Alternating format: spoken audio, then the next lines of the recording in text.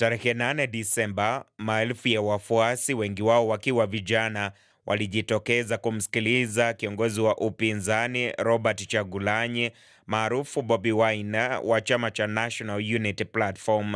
Chagulanyi alihutubia kuhusu changamoto za ukosefu wa ajira na mapambano ya kiuchumi kuelekea uchaguzi mkuu unaotarajiwa kufanyika Januari mwaka 2026.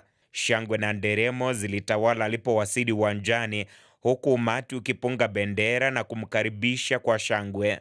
Hata hivyo, hali ilibadilika ghafla baada ya vikosi vya usalama kutawanya mkutano huo kwa kutupa mabomu ya machozi, hatua iliyosababisha wapiga kura kukimbia, huku Bobi Wine na walinzi wake wakijaribu kujitoa katika moshi mzito.